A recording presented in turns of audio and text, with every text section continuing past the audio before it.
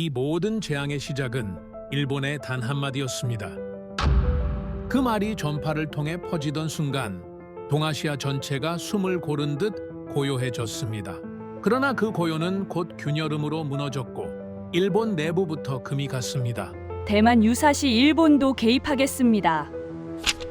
총리가 아무렇지 않게 내뱉은 이 한 줄. 그 한 줄이 일본이 스스로도 상상하지 못한 파국의 문이었습니다. 그리고 몇 시간 뒤 중국 외교부 대변인의 목소리가 냉기처럼 떨어졌죠. 일본은 감당할 발언을 했습니다. 대가를 치르게 될 것입니다. 그 말이 선언이 되자마자 현실은 즉시 무너졌습니다.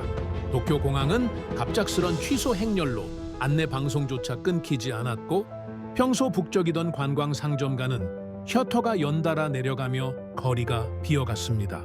일본의 일상이 꺼져가는 소리가 곳곳에서 들렸습니다. 상황을 지켜보던 일본 방송 진행자는 얇게 떨리는 목소리로 말했습니다. 이게 정말 우리가 감당할 사태입니까? 하지만 진짜 충격은 그 다음이었습니다. 일본이 흔들릴수록 세계의 시선과 자본, 기회가 기이하게 한쪽 방향으로만 몰려들기 시작했습니다. 관광객은 한 나라로 이동했고 기업은 그 나라의 인프라를 선택했으며 심지어 국제 안보의 전략축까지 조용히 그 나라로 옮겨가기 시작했습니다. 일본이 잃어버린 자리들, 그 모든 빈틈을 가장 빠르게, 가장 정확하게 채워 넣은 나라. 그 나라의 이름은 일본 방송에서도 속삭이듯 언급됐습니다. 한국. 정말 그 나라가 이렇게까지 떠오르고 있었던 겁니까? 이 파국 속에서 가장 조용히, 그러나 가장 강하게 부상한 나라. 지금부터 그 나라의 정체와 왜 세계가 그곳을 선택하기 시작했는지를 말씀드리겠습니다. 시작 전 잠시. 여러분의 구독과 좋아요는 영상 제작에 큰 도움이 됩니다. 일본이 몰락하고 있습니다. 그 시작은 단 한 문장이었어요. 일본 총리가 기자회견에서 말했죠. 대만 유사시 일본은 개입하겠습니다. 저는 그 순간 전율을 느꼈습니다. 이건 선언이 아니라 도박이었어요. 저는 마커스 벨링턴입니다. 중국, 일본, 한국 3국의 군사 전략과 반도체 공급망을 전문으로 분석하죠. 영국 국방성과 미국 랜드 연구소에서 23년간 일했습니다. 제가 다루는 건 숫자와 지도와 전략이에요. 감정이 아니라 사실로 말하는 사람입니다. 그리고 그날 일본이 선택한 건 사실이 아니라 감정이었죠. 중국의 반응은 즉각적이었습니다. 외교부 대변인이 나와서 말했어요. 일본은 역사를 망각하고 있으며 위험한 도발을 하고 있다. 그리고 이틀 뒤였죠. 중국 문화관광부가 공고를 냈습니다. 일본 여행 자제 권고.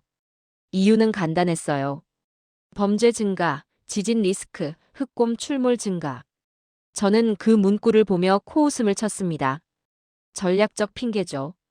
하지만 효과는 즉각적이었어요.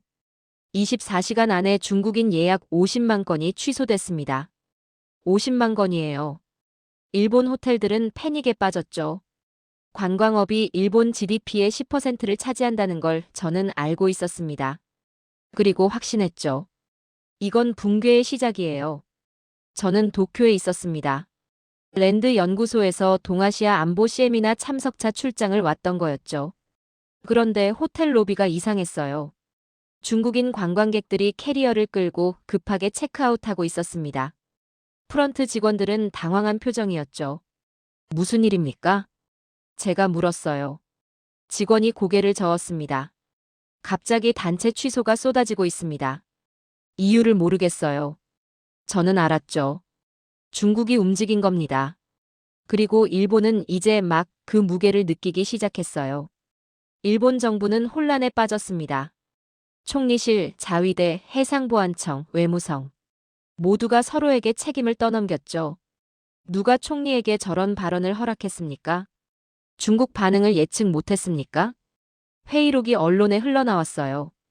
일본 내부는 통제 불능 상태였습니다. 그리고 더 심각한 문제가 있었죠. 센카쿠 제도예요. 중국 해경선이 그곳에 버티고 있었습니다. 무장 선박이었어요. 일본은 대응을 못했습니다. 경고 방송만 반복했죠. 저는 그 장면을 보며 생각했어요. 일본은 약한 국가가 아닙니다. 강한데 움직일 수 없는 국가가 된 거예요. 그때였습니다. 일본 방송사 뉴스 포커스에서 연락이 왔죠. 긴급 생방송 출연 요청이었어요. 벨링턴 박사님, 센카쿠 사태와 중국 보복에 대해 분석을 부탁드립니다. 저는 잠시 고민했습니다. 하지만 받아들였어요. 일본을 돕고 싶었죠. 23년간 동아시아를 연구했고 일본과도 오래 협력했습니다. 저는 일본을 혐오하는 사람이 아니에요. 그래서 출연을 결정했습니다. 스튜디오에 들어서는 순간 느꼈죠. 여긴 정보 분석의 장이 아닙니다. 국가의 분노와 공포가 뒤섞인 전장이었어요. 진행자는 카와무라 슌스케였습니다. 50대 중반 일본 공영방송의 간판 앵커였죠. 그는 저를 소개했어요. 오늘 영국 출신 안보 전문가 마커스 벨링턴 박사를 모셨습니다. 카메라가 저를 비췄습니다. 카와무라가 물었죠. 박사님, 중국의 보복 조치를 어떻게 평가하십니까? 저는 천천히 입을 열었어요. 중국은 일본의 급소를 정확히 찔렀습니다. 관광은 일본 경제의 핵심 축이죠. 그리고 이건 시작에 불과합니다. 스튜디오가 조용해졌어요. 카와무라가 다시 물었습니다. 그럼 일본은 어떻게 대응해야 합니까? 저는 잠시 멈췄죠. 그리고 말했습니다. 동맹을 결속해야 합니다. 미국, 대만, 그리고 한국과의 공조가 필수예요. 카와무라의 눈빛이 날카로워졌어요. 한국이 필수라고 하셨습니까? 네. 제 대답은 짧았습니다. 그 순간 패널 한 명이 끼어들었죠. 도쿄 대학 국제정치학과 타케우치 교수였어요. 일본이 이번 사태를 주도적으로 풀어나갈 수 있습니다. 우리에겐 충분한 역량이 있어요. 저는 고개를 저었습니다. 역량의 문제가 아닙니다. 구조의 문제예요. 일본은 지금 혼자입니다. 타케우치가 반박했죠. 미국이 있지 않습니까? 저는 그를 똑바로 쳐다봤어요. 미국은 센카쿠에서 일본을 지지하지 않았습니다. 성명 한 줄로 끝냈죠. 스튜디오가 얼어붙었습니다. 카와무라가 급히 말했어요. 하지만 일본은 동아시아의 핵심 국가입니다. 우리의 위상은 변하지 않아요. 저는 잠시 망설였습니다. 하지만 말해야 했어요. 진실을 숨길 수 없었죠. 교수님, 이 사태의 최종 승자는 일본이라고 보십니까? 카와무라가 물었습니다. 저는 천천히 고개를 들었어요. 그리고 말했죠. 아닙니다. 정적이 흘렀습니다. 정신 차리고 보니 승자는 한국이었습니다. 한국이었습니다. 그 단어가 스튜디오에 떨어지는 순간 공기가 얼어붙었어요. 카와무라의 표정이 굳었죠.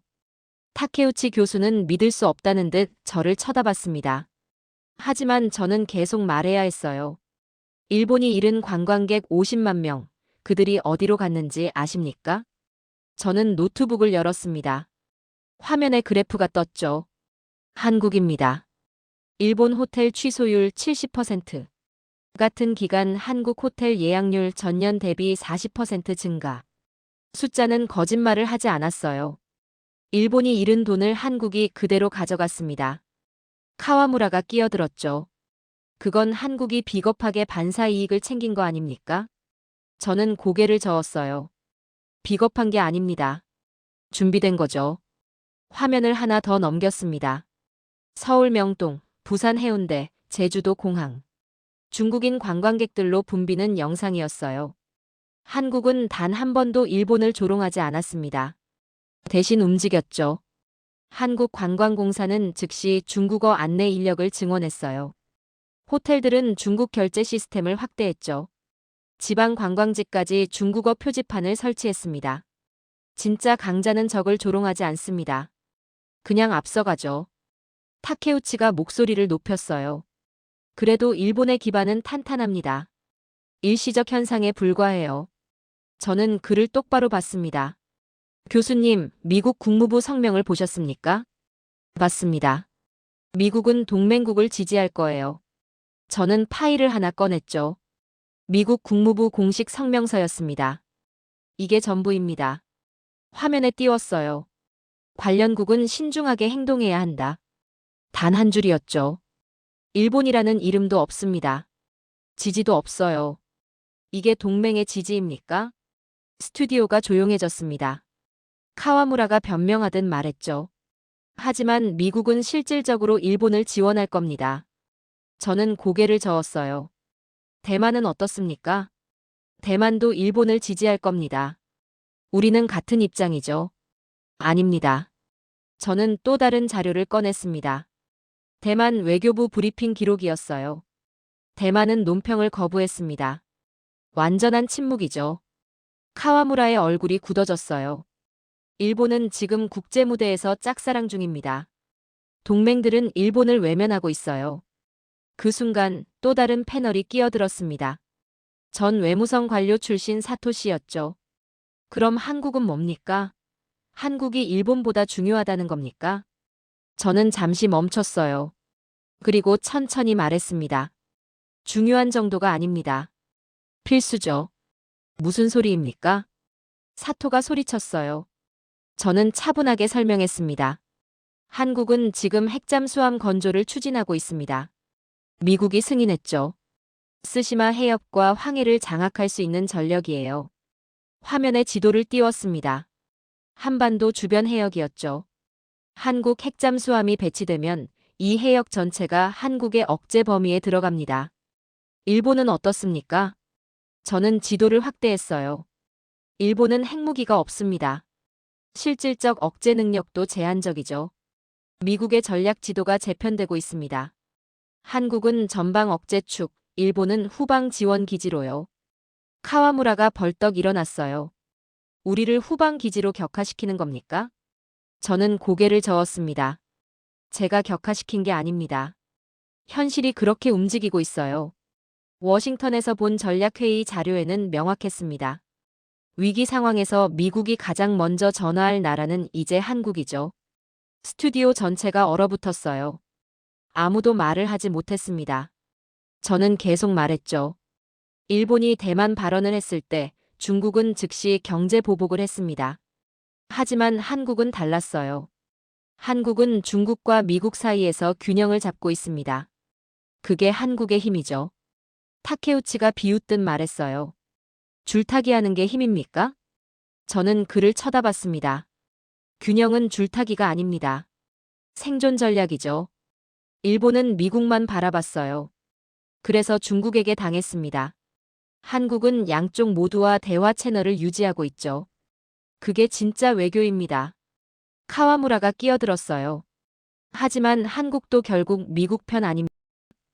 저는 고개를 저었습니다. 한국은 편을 가르지 않습니다. 이익을 따르죠. 그리고 지금 세계가 한국의 이익을 필요로 하고 있어요. 저는 노트북을 닫았습니다. 그리고 카메라를 똑바로 봤죠. 일본이 지금 절대 건드려선 안 될 나라가 한국입니다. 한국을 적으로 돌리는 순간 일본은 완전히 고립됩니다. 진행자의 손이 떨렸어요. 스튜디오는 완전한 침묵에 빠졌습니다. 그날 밤 저는 호텔방으로 돌아왔습니다. 생방송이 끝난 뒤였죠. 스튜디오 분위기는 최악이었어요. 일본 패널들은 모두 굳은 표정으로 저를 쳐다봤습니다.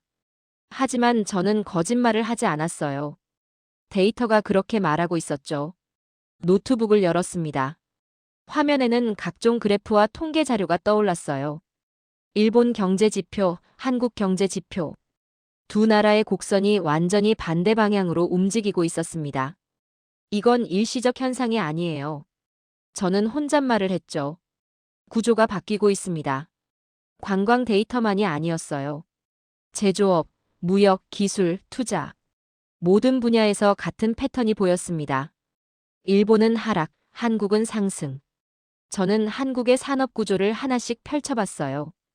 방산 수출 실적, K2 전차, K9 자주포, FA50 경전투기, 폴란드, 호주, 필리핀, 말레이시아. 주문이 끊이지 않고 있었죠. 배터리 시장, LG, SK, 삼성. 유럽과 미국 전기차의 심장을 한국이 쥐고 있었어요.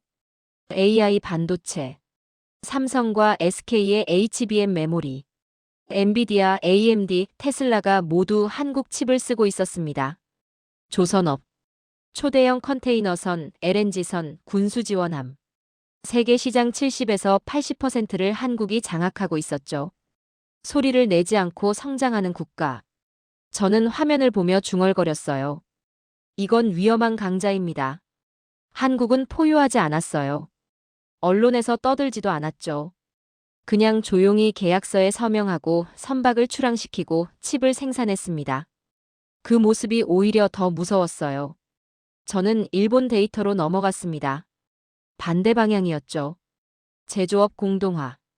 도시바, 샤프, 파나소닉. 한때 세계를 지배했던 이름들이 이제는 중국 기업에 인수되거나 문을 닫고 있었어요. 전력 비용은 10년 새 2배로 올랐습니다. 규제 속도는 OECD 최하위권이었죠. 기술 인력은 고령화되고 있었어요. 일본이 무너진 게 아니라 저는 천천히 말했습니다. 한국이 올라온 겁니다. 그리고 더 충격적인 자료를 발견했어요. 일본 기업들의 한국 이전. 도쿄오카 공업이 평택에 포토레지스트 공장을 지었습니다. 이비된 그래파이트가 포항에 설비를 증설했죠. 도쿄 일렉트론과 이데미츠가 한국의 연구개발센터를 설립했어요. 왜 일본 기업들이 한국으로 가는 겁니까? 제 목소리에는 당혹감이 섞여 있었죠. 이유는 명확했습니다. 비용, 규제, 지정학 리스크. 일본에 남아있는 것보다 한국으로 가는 게 더 안전했던 거예요. 공급망이 이동하고 있습니다. 저는 그래프를 저장하며 말했죠. 일본에서 한국으로. 다음 자료는 외교 분야였어요. 작년 에이펙 회의 기록을 열었습니다. 아시아 태평양 경제협력체. 그 자리에서 한국이 핵심 의제를 주도했다는 보고서가 있었죠. 미국, 중국, 일본이 모두 참석한 회의였어요. 그런데 중재자는 한국이었습니다. 이건 과거 일본의 자리였는데 저는 화면을 응시했어요. 일본은 그 회의에서 발언권조차 제대로 얻지 못했습니다. 한국은 양측의 말을 듣고 절충안을 제시했죠. 그리고 합의를 이끌어냈어요. 균형자. 저는 그 단어를 입 밖으로 꺼냈습니다. 한국이 동아시아의 새로운 균형자가 되고 있어요. 저는 의자의 등을 기댔습니다. 솔직히 말하면 저는 한국에 회의적이었어요. 성장하는 나라지만 일본을 넘을 순 없을 거라 생각했죠. 하지만 데이터는 거짓말을 하지 않았습니다. 한국은 일본을 추격한 게 아니었어요. 교체하고 있었죠. 강한 나라는 떠들지 않습니다. 저는 혼잣말을 했어요. 움직일 뿐이죠. 한국은 포효하지 않았습니다. 그러나 세계가 한국을 향해 움직이고 있었어요. 미국은 한국과 반도체 동맹을 맺었습니다. 유럽은 한국 배터리를 샀죠. 중동은 한국 무기를 주문했어요. 아프리카는 한국 인프라 기술을 받아들였습니다. 이건 추격이 아니에요. 저는 노트북을 덮었습니다. 교체입니다. 그 순간 제 핸드폰이 울렸어요. 워싱턴에 있는 동료 연구원이었죠. 마커스, 방금 일본 방송 봤어. 그래요? 당신 미쳤어? 일본 스튜디오에서 한국 얘기를 그렇게 하다니. 저는 한숨을 쉬었습니다. 사실을 말했을 뿐이에요. 사실이라도 조심했어야지. 일본은 지금 예민해. 알고 있습니다. 전화를 끊으려는데 동료가 말했어요. 그런데 마커스, 한 가지만 물어볼게. 뭡니까? 당신이 말한 거 진짜 맞아? 저는 잠시 침묵했습니다. 그리고 대답했죠. 네. 틀림없습니다. 한국이 정말 그 정도야? 그 정도가 아닙니다. 저는 창밖을 바라봤어요. 도쿄의 야경이 펼쳐져 있었죠. 한국의 성장은 조용했습니다. 그래서 더 두려워요. 세계가 한국을 향해 움직이고 있는데 일본만 그걸 모르고 있습니다. 전화를 끊었어요. 저는 침대에 누웠습니다. 하지만 잠이 오지 않았죠. 머릿속에는 온통 그래프와 숫자들 뿐이었어요. 그리고 한 가지 확신이 들었습니다. 동아시아의 중심이 움직이고 있어요. 저는 천장을 보며 중얼거렸죠. 일본에서 한국으로. 다음 날 아침, 저는 일본 경제산업성 자료를 펼쳐봤습니다. 일본 산업의 현주소였죠. 전력 비용은 10년 새 2배로 뛰었어요. 규제 속도는 OECD 국가 중 최하위권이었습니다. 기술 인력은 평균 나이 55세를 넘어섰죠. 이 숫자들은 소리치지 않지만 조용히 몰락의 날짜를 적어두고 있었습니다. 저는 중얼거렸어요. 그리고 2019년을 떠올렸습니다. 일본이 한국에 수출 규제를 걸었던 그 해죠. 포토레지스트, 불화수소, 불화폴리이미드, 반도체 핵심 소재 3가지를 묶었어요. 당시 일본 언론은 환호했습니다. 한국 반도체가 무릎 꿇을 것이다. 저도 그렇게 생각했죠. 그 소재들은 일본만 만들 수 있다고 믿었어요. 그때 일본은 트리거를 당겼지만 총구는 자기 쪽을 향해 있었습니다. 저는 씁쓸하게 웃었어요. 한국의 반응은 예상 밖이었습니다. 정부가 나섰죠. 소재 부품 장비 국산화 프로젝트. 2조 원 규모의 예산이 투입됐어요. 기업들이 움직였습니다. 솔브레인이 초고순도 불화수소 개발에 성공했죠. 코오롱 인더스트리가 불화폴리이미드를 국산화했어요. 동진 세미캠이 포토레지스트를 뚫어냈습니다. 절대 불가능하다던 분야를 2년에서 3년 만에 뚫어버렸어요. 저는 그래프를 보며 경외감을 느꼈습니다. 일본의 독점 구조가 붕괴됐죠. 무기가 애물단지로 바뀌는 순간이었어요. 한국은 상처를 감추지 않았습니다. 대신 그 상처를 공장과 연구소로 메웠죠. 그리고 더 아이러니한 일이 벌어졌어요. 일본 기업들이 한국으로 향하기 시작한 겁니다. 도쿄오카 공업이 평택에 포토레지스트 공장을 지었죠. 투자 규모 300억 원. 이비덴 그래파이트가 포항에 설비를 증설했어요. 도쿄 일렉트론과 이데미츠가 한국에 연구개발센터를 열었습니다. 결국 일본 기업들이 한국으로 와서 일본이 공급하던 핵심 소재를 한국에서 만들고 있어요. 저는 고개를 저었습니다. 그리고 결정적 수치를 봤죠. 2024년 일본의 대한국 투자. 전년 대비 375% 폭증. 지금 일본의 최고 기술자들이 도착하는 공항은 나리타가 아니라 인천입니다. 저는 그 문장을 노트에 적었어요. 일본 내부에선 비판이 쏟아졌습니다. 산업 공동화, 기술 유출, 지역 경제 붕괴. 일본 중소도시의 공장들이 문을 닫고 있었죠. 반대로 한국은 완전히 달랐어요. 반도체, 디스플레이, 소재, 장비. 모든 게 한국과 안에서 연결되는 풀세트 공급망이었습니다. 평택에 반도체 공장이 있고 그 옆에 소재 공장이 있었죠. 포항에 철강이 있고 울산에 조선소가 있었어요. 일본이 쏜 탄환은 한국을 뚫지 못했습니다. 저는 창밖을 바라봤어요. 대신 일본의 심장에 박혔죠. 2019년 수출 규제. 일본은 그걸 무기라고 생각했어요. 하지만 한국은 그걸 기회로 바꿨습니다. 우리가 떠난 자리를 한국이 채우는 게 아니라 우리가 밀려난 자리에 한국이 서고 있습니다. 저는 자료를 덮었어요. 그리고 확신했죠.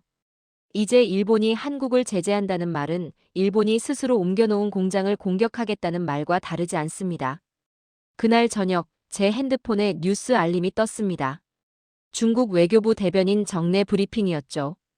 내용을 보는 순간 저는 숨이 멎었어요. 일본의 독도 관련 악성 언행은 지역 안정을 해치는 행위다. 중국이 독도 문제에 개입한 겁니다. 이건 기이한 장면이에요. 저는 중얼거렸죠. 일본과 한국의 문제에 왜 중국이 끼어드는 겁니까? 하지만 곧 이해했습니다. 이건 한국 편들기가 아니라 일본 배제 신호죠. 중국은 일본을 지도에서 지우기 시작한 거예요. 저는 베이징에서 본 자료를 떠올렸습니다. 작년 싱크탱크 회의에서 봤던 슬라이드였죠. 새로운 아시아 구상. 그 지도에는 일본이 빠져 있었어요. 여행 루트도 일본을 거치지 않았습니다. 투자 흐름도 일본을 우회했죠. 기술 협력도 일본 없이 설계됐어요. 일본 관광이 막히면 한국으로, 일본 부품이 흔들리면 한국 부품으로.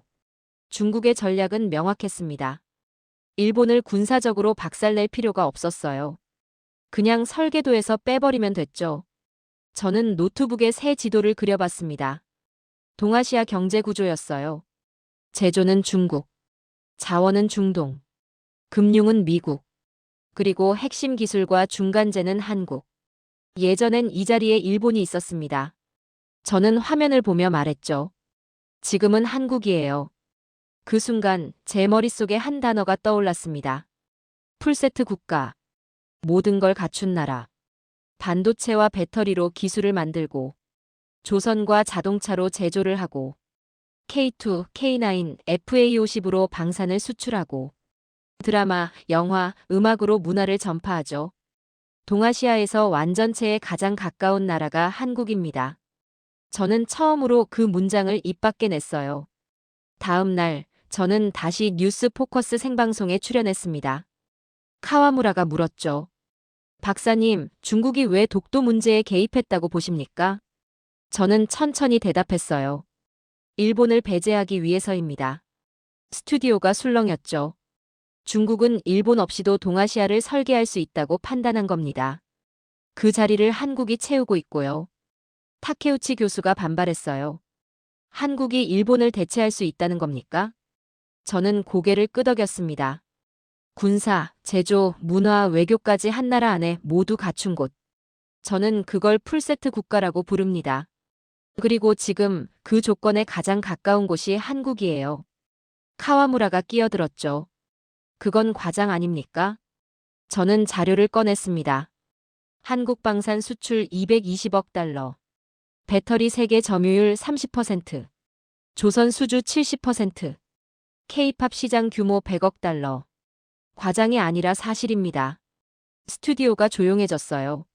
저는 일본을 향해 말했습니다.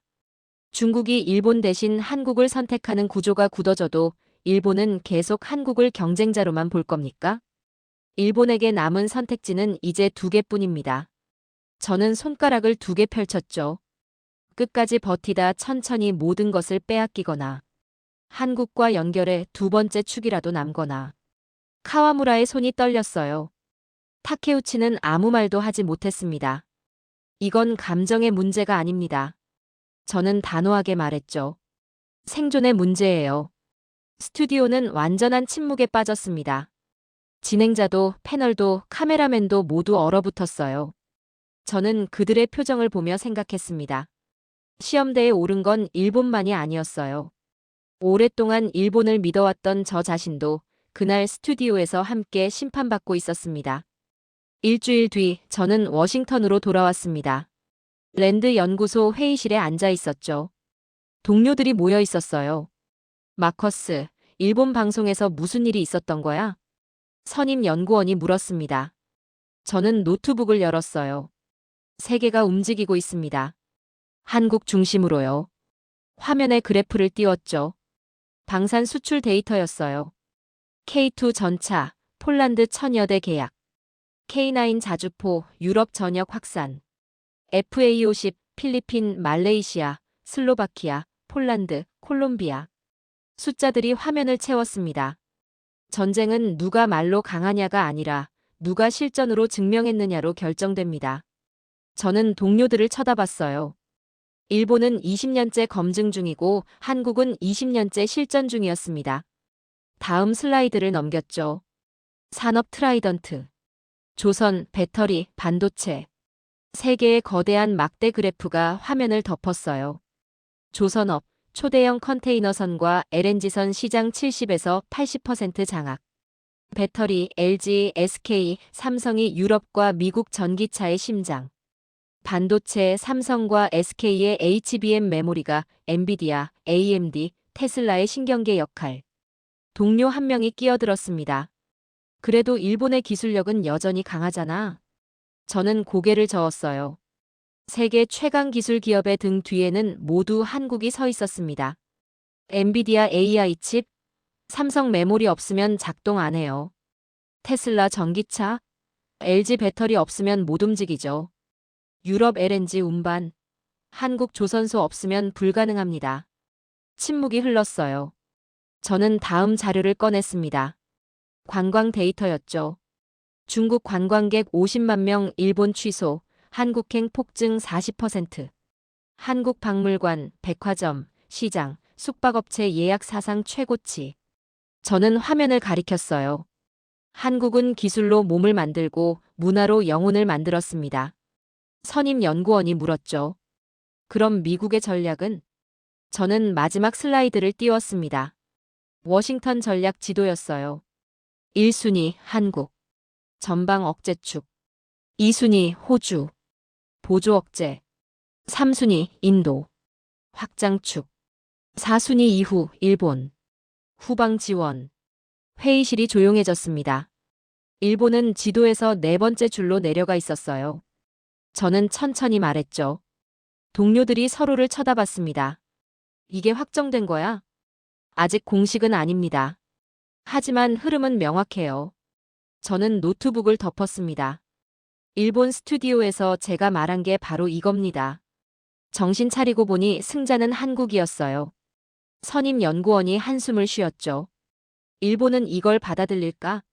저는 고개를 저었습니다. 받아들이기 힘들 겁니다. 하지만 현실이에요. 일본이 빈 곳을 한국이 채운 게 아닙니다. 한국이 올라오자 일본이 빈 곳이 된 거죠. 회의가 끝났어요. 저는 사무실로 돌아왔습니다. 창밖을 바라봤죠.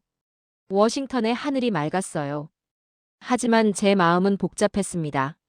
저는 일본을 돕기 위해 도쿄에 갔었어요. 23년간 일본과 협력했죠. 그런데 제가 전한 건 희망이 아니라 현실이었습니다. 세계가 한국을 택한 게 아니에요. 저는 중얼거렸죠. 한국을 빼고는 설계가 불가능해진 겁니다. 미국은 한국 없이 반도체 전략을 짤 수 없었어요. 유럽은 한국 없이 배터리를 확보할 수 없었죠. 중동은 한국 없이 방산 장비를 구할 수 없었습니다. 일본이 차지했던 모든 자리에 한국이 서 있었어요. 저는 책상에 앉았습니다. 그리고 보고서를 작성하기 시작했죠. 제목은 이렇게 적었어요. 동아시아 패권 구조의 변화, 일본에서 한국으로. 타자를 치는 제 손이 떨렸습니다. 23년 경력을 쌓으며 믿어왔던 구조가 무너지고 있었어요. 하지만 멈출 수 없었죠. 진실을 기록해야 했습니다. 실전의 무게 앞에 일본의 자존심은 종이처럼 찢어졌습니다. 저는 그 문장을 보고서에 적었어요. 그리고 마지막 문장을 추가했죠. 승자는 한국이었습니다. 한 달 뒤 저는 다시 도쿄에 있었습니다. 뉴스 포커스에서 세 번째 출연 요청이 왔었죠. 이번엔 특집 방송이었어요. 동아시아 안보 어디로 가는가. 스튜디오에 들어서는 순간 분위기가 달랐습니다. 일본 패널들의 눈빛이 예전보다 더 날카로웠어요. 카와무라가 먼저 말했죠. 박사님, 지난 방송 이후 일본 여론이 들끓었습니다. 알고 있습니다. 저는 담담하게 대답했어요. 하지만 오늘은 더 명확한 데이터를 가져왔습니다. 노트북을 열었죠. 화면에 세계 지도가 떴어요. 빨간 점들이 여러 나라에 찍혀 있었습니다. 한국 방산 수출 계약 현황입니다. 저는 하나씩 짚었어요. 폴란드 K2 전차 1000여 대, K9 자주포 670문, 호주 AS9 헌팅턴급 구축함 기술 협력, 필리핀 FA50 경전투기 12대, 말레이시아 경전투기 18대 추가 계약, 슬로바키아, 폴란드를 통한 K9 도입, 콜롬비아, 남미 최초 K9 도입, 빨간 점이 유럽, 아시아, 남미를 뒤덮었습니다. 전쟁은 누가 말로 강하냐가 아니라 누가 실전으로 증명했느냐로 결정됩니다. 저는 일본 패널들을 쳐다봤어요. 일본은 20년째 검증 중이고 한국은 20년째 실전 중이었습니다. 타케우치 교수가 얼굴을 붉혔죠. 하지만 아무 말도 못했어요. 저는 다음 화면을 띄웠습니다. 세계의 거대한 막대 그래프였어요. 한국 산업의 트라이던트입니다. 조선업, 초대형 컨테이너선, LNG선, 군수지원선 시장 70에서 80% 장악. 배터리, LG, SK, 삼성이 유럽과 미국 전기차 심장을 맡고 있죠. 반도체, 삼성과 SK의 HBM3, AI용 메모리가 엔비디아, AMD, 테슬라의 신경계 역할을 합니다. 저는 단호하게 말했어요. 세계 최강 기술 기업의 등 뒤에는 모두 한국이 서 있었습니다. 스튜디오가 조용해졌습니다. 저는 다음 자료를 꺼냈죠. 그리고 문화입니다. 관광 데이터가 화면에 떴어요. 중국 관광객 50만 명 일본 취소, 한국행 40% 증가. 한국 박물관, 백화점, 시장, 숙박업체 예약 사상 최고치. K-팝 시장 규모 100억 달러, K드라마, 넷플릭스 글로벌 톱10 상위권 독식. 저는 화면을 가리켰어요. 한국은 기술로 몸을 만들고 문화로 영혼을 만들었습니다. 진행자도 패널도 침묵했습니다. 저는 마지막 슬라이드를 띄웠죠. 미국 전략 지도였어요. 워싱턴에서 본 최신 전략 구상입니다. 1순위 한국, 전방 억제축. 2순위 호주, 보조 억제. 3순위 인도, 확장축. 4순위 이후 일본, 후방 지원. 타케우치가 처음으로 아무 말도 못하고 고개를 숙였습니다. 일본 시청자 게시판이 폭발했어요. 이건 조작이다. 그래도 현실이다. 저는 카메라를 똑바로 봤습니다. 정신 차리고 보니 승자는 한국이었습니다. 스튜디오의 공기가 무너지는 듯 했어요. 카와무라의 손이 떨렸죠. 저는 단호하게 말했습니다. 일본이 빈 곳을 한국이 채운 게 아닙니다. 한국이 올라오자 일본이 빈 곳이 된 겁니다. 완전한 침묵이었어요. 누구도 반박하지 못했습니다. 저는 그날 일본 스튜디오에서 진실을 말했습니다. 아프지만 피할 수 없는 진실이었죠. 지도 위에서 일본은 점점 연필선처럼 옅어졌고 그 옆에서 한국은 굵은 마커로 덧칠되고 있었습니다. 방송이 끝났어요. 저는 스튜디오를 나왔습니다. 복도에서 제작진 한 명이 다가왔죠. 박사님, 일본을 너무 비관적으로 보시는 거 아닙니까? 저는 고개를 저었어요. 비관이 아닙니다. 현실이죠. 하지만 나는 이 데이터를 숨길 수 없었습니다. 저는 그를 쳐다봤어요. 양심이 허락하지 않았습니다. 그로부터 2주일 뒤 저는 마지막으로 도쿄에 있었습니다. 랜드 연구소 최종 보고서를 제출하기 위해서였죠. 제목은 동아시아 패권 구조의 완전한 전환이었어요. 23년 경력의 결정판이었습니다. 보고서 첫 장을 펼쳤어요. 세계가 한국을 중심으로 회전하고 있다. 저는 그 문장을 여러 번 읽었습니다. 믿기 힘들었죠. 하지만 데이터는 명확했어요. 중국은 기술, 부품, 중간재를 한국으로 대체하고 있었습니다. 일본 배제 선언이었죠. 미국은 반도체, 해군, AI 협력에서 한국을 핵심 파트너 1순위로 재배치했어요. 유럽은 배터리, 조선, 첨단 조립 라인이 전부 한국 기술 중심으로 재편됐습니다.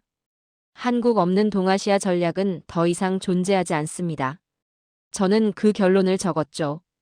그리고 한국의 위상을 정리했어요. 제조 분야, 반도체, 배터리, 조선, 군사 분야, K2, K9, FA50, 문화 분야, K드라마, K음악, 외교 분야, APEC, G20, 아이팩 주도. 한국은 역할을 맡는 나라가 아니라 역할을 만드는 나라가 됐습니다. 저는 보고서를 덮었어요. 그리고 창밖을 바라봤죠. 도쿄의 하늘은 흐렸습니다. 제 마음도 무거웠어요. 저는 본래 일본을 도우러 왔었습니다. 23년간 일본과 협력했죠. 일본 도쿄 국제안보포럼 초빙위원도 했었어요. 하지만 데이터는 모두 한국을 가리켰습니다. 나는 오늘 내가 쌓아올린 분석 철학을 처음부터 다시 쓸 필요가 있음을 알았습니다. 저는 중얼거렸죠. 그날 오후 저는 뉴스 포커스에 마지막으로 출연했습니다. 특별 대담 형식이었어요. 카와무라가 물었습니다. 박사님, 일본에게 미래는 없습니까? 저는 잠시 침묵했어요. 그리고 천천히 입을 열었죠. 미래는 있습니다. 하지만 선택이 필요해요. 무슨 선택입니까? 2가지 길이 있습니다. 저는 손가락 2개를 펼쳤어요. 첫째, 한국을 경쟁자로 보고 끝까지 버티는 길. 이 길은 일본이 모든 것을 천천히 빼앗기는 길입니다. 둘째, 한국을 인정하고 연결해서 2번째 축으로 살아남는 길. 이 길은 일본이 다시 일어설 수 있는 유일한 길이죠. 스튜디오가 조용해졌어요. 타케우치 교수가 물었습니다. 한국을 인정하라는 겁니까? 네. 저는 단호하게 대답했죠. 이건 감정의 문제가 아닙니다. 생존의 문제예요. 카와무라가 끼어들었어요. 하지만 일본의 자존심은 어떻게 됩니까? 저는 그를 똑바로 쳐다봤습니다. 자존심으로는 공장을 돌릴 수 없습니다. 자존심으로는 관광객을 되돌릴 수 없어요. 자존심으로는 반도체를 만들 수 없죠. 제 목소리는 낮았지만 명확했어요. 세계는 이미 한국을 중심으로 회전하고 있습니다. 일본이 그 흐름을 막을 수는 없어요. 하지만 그 흐름에 합류할 수는 있습니다.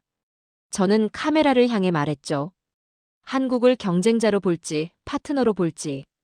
그것이 일본의 운명을 결정할 겁니다. 진행자도 패널도 침묵했어요.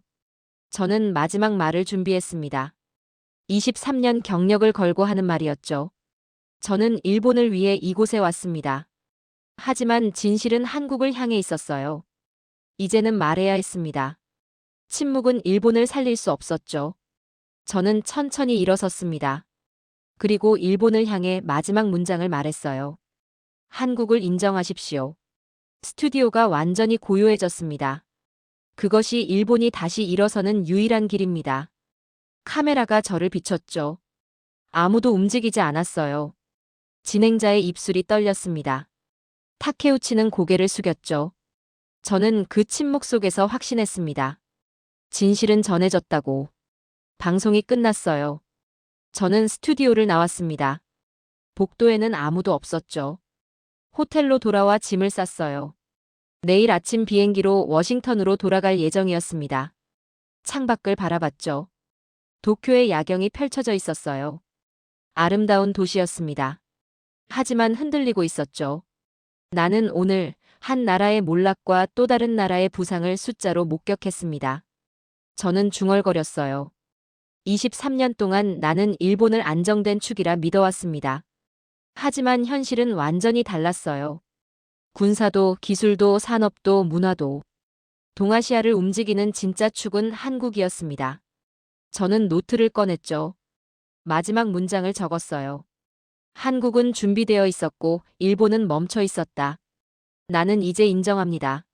한국을 중심에 두지 않고는 어떤 전략도 성립하지 않습니다.